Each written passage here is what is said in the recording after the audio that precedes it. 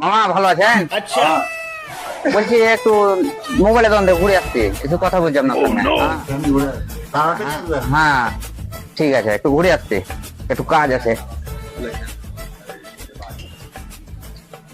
ওই দাদা দেখেন তো মোবাইলটা এটা কি ধুলে লেগেছে, একটু আপনার কি যে স্প্রে স্প্রে আছে একটু মুছি দেন তো। ও জ্ঞান দাদা, নেন। ওই নোংরা হয়েছে তার জন্য হ্যাঁ। মানে স্প্রে করে একটু সাফাই করে দেবো। দেন একটু। ঠিক আছে দিয়ে দিচ্ছি, ঠিক আছে ঠিক আছে দাদা। করে দেন।